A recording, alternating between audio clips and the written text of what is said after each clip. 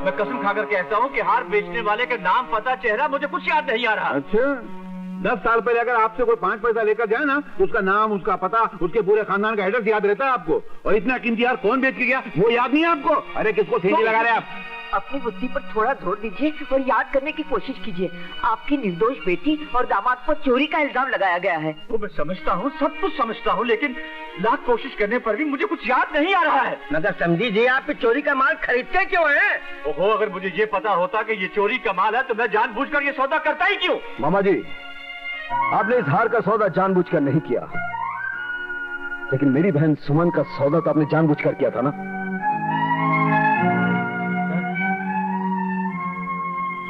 सुमन का? अनिल, ये तुम क्या कह रहे हो बेटा? मामा जी, जब मैं परीक्षा देने शहर गया था तो मामा जी ने आप लोगों को बताया बिना 20,000 रुपए लेकर सुमन की शादी जबरदस्ती किसी बुढ़े के साथ तय कर दी थी। लेकिन सुमन अपनी जान छुड़ाकर भागी और नदी में कूदकर आत्महत्या कर ली। बताइए मामा जी, ये सच है या झूठ? मैं आपसे पूछ रहा हूं, बताइए ये सच है या झूठ? ये सच है। लेकिन बेटा, ये सब तुमको किसने बताया? सुमन ने मुझे सब कुछ बता दिया है। तो सुमन बहन जिंदा है? जी, आपके पिताजी ने तो मारने की पूरी कोशिश की थी, मगर भगवान ने बचा लिया। कहाँ है वो? वक्त आने पर सब कुछ पता चल जाएगा। पिताजी, आप लालची और कंजूस थे ये तो पता था, लेकिन आप इतने बड़े। अरे आपको तो पिताजी कहने में मुझे शर्म आ रही है। मैंने ऐसा घिनौना पाप किया है कि मैं इस दुनिया में किसी को मुंह दिखाने के काबिल नहीं रहा। मैंने पैसों को सिर्फ अपना समझा है, अपनों को अपना कभी नहीं समझा। मुझ जैसे गंदे आदमी का डूबकर मर जाना ही अच्छा है। रुक जाइए मामा जी। छोड़ दो मुझे जिंदा रहने का कोई अधिकार नहीं है। मामा जी, मेरी छोड़ दो। मामा जी, अरे मैं लेकर आता हूँ।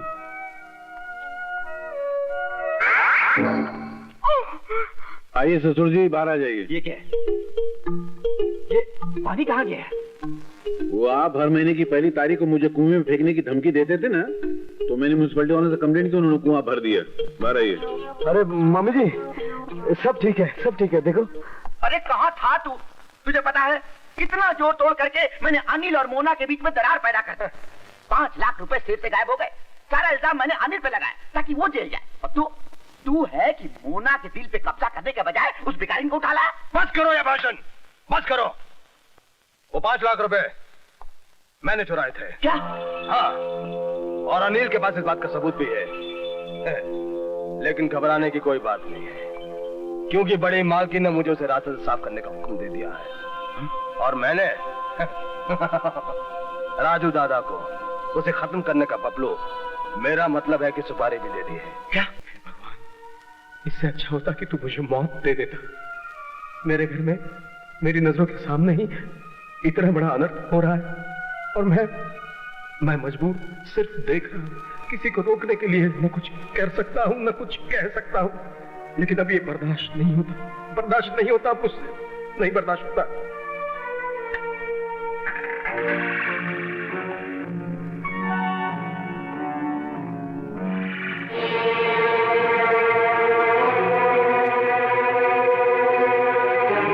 कौन हो तुम?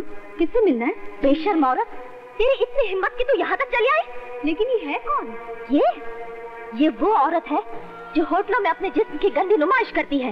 ये आप क्या कह रही है? तो जैसी औरत को औरत कहना औरत जात का अपमान करने के बराबर है। बेशर्म नीच औरत, तेरी इतनी हिम्मत कि तू सच धज के उनसे मिलने यहाँ तक चली आई? देखिए, आप मेरी असलियत नहीं जानती। तेरी असलियत तो मैं अच्छी तरह जानती हूँ। बेहया, तू वो जहरीली नागिन है जिसने मेरे पति को फंसाकर मेरी खुशियों को डस लिया है। कमीनी! भाभी!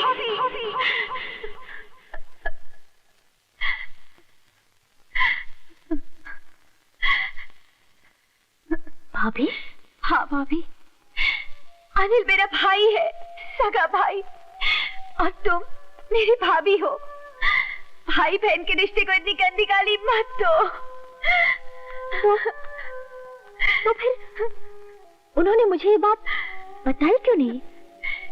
इसलिए कि मैंने उन्हें कसम दी थी, क्योंकि मैं होटलों में नाचती थी। इसे भैया की इज्जत को दाग लग सकता था, उनका सर दुनिया के सामने झुक सकता था। और आज रक्षाबंधन है और मैं भैया को सिर्फ राखी बांधने आई थी। ये देखिए, मुझे माफ कर दो सुमन। गलतफहमी की वजह से मुझसे वो घिनौना पाप हो गया है जिसका इस दुनिया में कोई प्रायश्चित नहीं। मैंने भाई बहन के पवित्र संबंध को ऐसी गंदी नजर से देखा है कि मैं तुम दोनों से माफी मांगने के काबिल भी नहीं रही। मुझे माफ कर दो।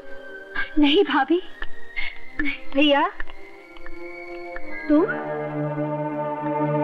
क्या काम है? हम जानते हैं भाभी कि आपको हमारे यहाँ आना एक नजर नहीं भाता, इसलिए हम लोगों ने आना ही बंद कर दिया। मगर आज अगर हम ना आते तो हमसे ज्यादा एहसान फरामोश और कोई नहीं होता। क्या मतलब है तुम्हारा? एक औरत के लिए उसका सुहाग ही सबसे बड़ी दौलत होती है। मेरे पति बहुत सख्त बीमार थे, इनके बचने की कोई उम्मीद नहीं थी। भैया ने इनके फेफड़ों के ऑपरेशन के लिए अपने दामाद अनिल के हाथों 50,000 रुपए भेजे और भगवान ने मेरा सुहाग बचा लिया। तो अनिल वो 50,000 रुपए आपके लिए ले गए थे? हाँ बेटी, तुम बहुत खुशकिस्मत हो जो तुम्हें अनिल जैसा पति मिला। वो इंसान के रूप में देवता है। हे भगवान, बात क्या थी और मैं शक की शिकार उन्हें क्या क्या कह बैठी। भगवान मुझे कभी माफ नहीं करेंगे। अरे चला, अबे तो दूंगा कभी। मोनाबेन, यहाँ आइए, आइए, सुनिए कहानी। देखिए कैसे खानदानी चोर पाल रखे हैं आपने। वो हार किसने चुराया था? जी मैंने। मगर वो हार मुझसे गोपाल दास जी ने ले लिया था। सुन लिया? उनके बाजू में कौन खड़ा था? नाम बोल उसका। उनके बेटे रमेश बाबू। क्या? सुमन बिटिया, तो क्या वो यहाँ काम करते हैं? सुमन, शुक्र है बहन तुम मिल गई। लेकिन तुम रमेश को कैसे जानती हो? वो मेरे पति है। क्या? हाँ भाभी। चले चोर लखपतिया, आगे की कहानी सुना तो अपनी खटिया जमानी। चल बोल। गोपाल दास जी ने वो हार मुझे बेचने के लिए दिया, जिससे मैंने साधु राम जी के यहाँ 20,000 में बेच दिया और पैसे लाकर गोपाल दास जी को दे दिए। हाँ, मैं तो भूल ही गया था कि वो हार मैंने कहाँ से खरीदा है। लेकिन आज जब मैं प्यारे से मिलने के लिए आपके ऑफिस गया तो वहाँ मुझे ये कमबख्त चोर लखपति नजर आया और मैं इसे घसीटता हुआ यहाँ ले आया। लेकिन देखने में तो दोनों बाप बेटे भले लगते थे। भले? वो भले नहीं है, शैतान के कुत्ते के पिल्ले हैं। और खासकर वो रमेश साहब है ना, वो हरामी पने में अपने बाप के भी बाप हैं। आपके ऑफिस से 5 लाख रुपए चुरा के वो भाग रहा था। अनिल साहब ने उसको पकड़ा, सारे पैसे छीन लिए वो इस बैग में, और साथ में वो वीडियो कैसेट भी है जिसमें उनकी चोरी की दास्तान छपी हुई है।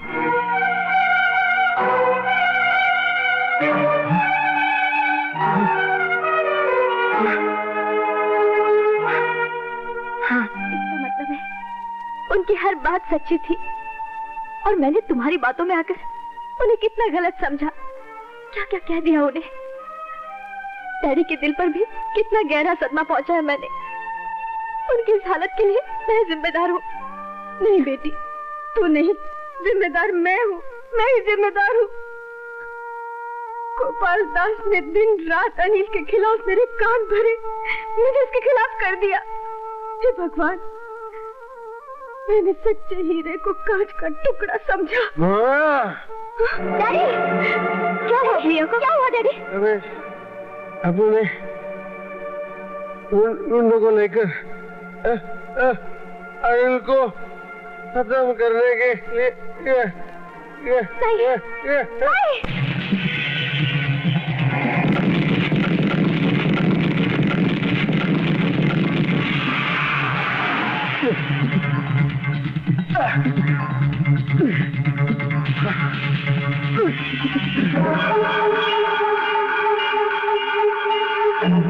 पपलू, वो वो दिन याद कर जिस दिन तूने मुझे ब्लैकमेल करके सुमन को अपनाने के लिए मजबूर किया था। उस दिन तू शेर था, लेकिन आज मैं बब्बर शेर हूं। इसकी एक गोली चलेगी, तेरे बदन से खून बहेगा और फिर उस खून में मोना की मांग का सिंदूर बहेगा।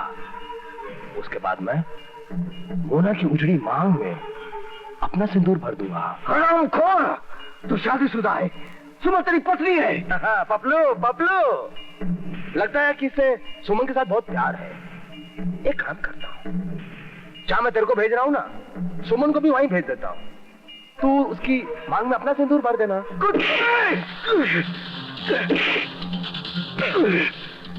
सुमन मेरी बहन है।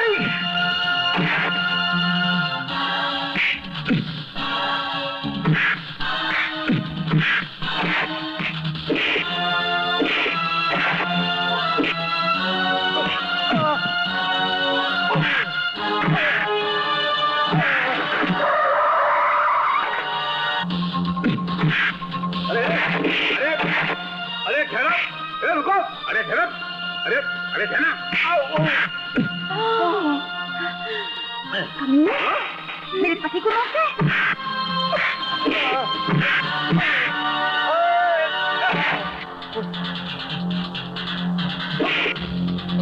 नहीं।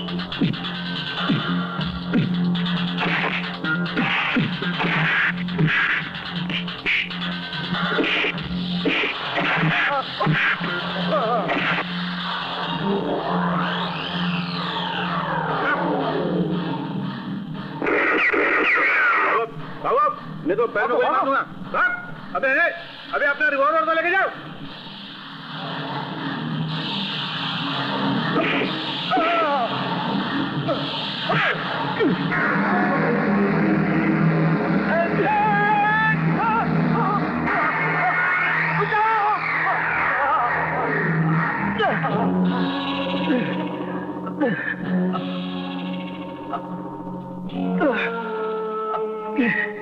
मुझे बचा लो, घबराओ मत, मैं तुम पर आंच भी नहीं आने दूंगा। तुम मेरी बहन के सुहाग हो। अगर तुम्हें बचाते हुए मेरी जान भी चली जाए तो मुझे कोई अफसोस नहीं होगा।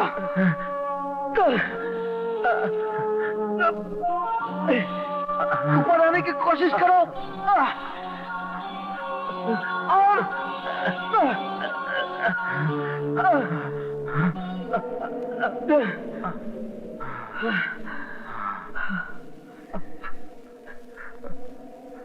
बाबूजी, आप ठीक हो गए? हाँ बेटे, मैं ठीक हो गया हूँ, लेकिन डॉक्टर की दवा से नहीं, सिर्फ तेरे प्यार के चमत्कार से। अनिल, रमेश बेटा,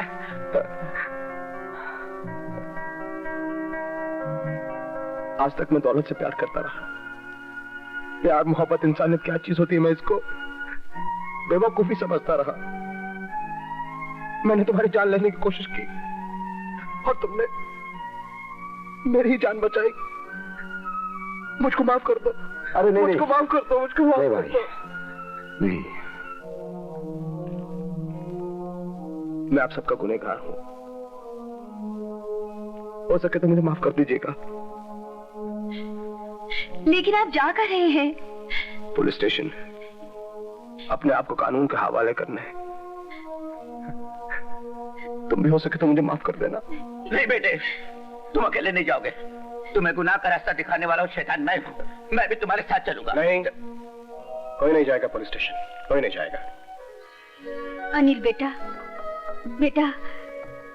तुमने मुझ जैसे लोहे को भी सोना बना दिया। आपका क्या रहा था? आप भी सोना बंदी कि हम लोग सोने के लिए कहीं और जाएं? अरे ऐसे कैसे जाने दूंगा? अभी तो तुमने मेरे बहुत से उधार चुकाने हैं। हाँ। अभी बाकी है? हाँ, पहले मैं अपने नाती का मुंह देखूंगा, फिर अपने सब कुछ अपने नाती के नाम पर करूंगा, और जब मैं सब कुछ कर लूं तब मैं तुम दोनों को जाने दूंगा। हाँ। चलो घर चलो। घर?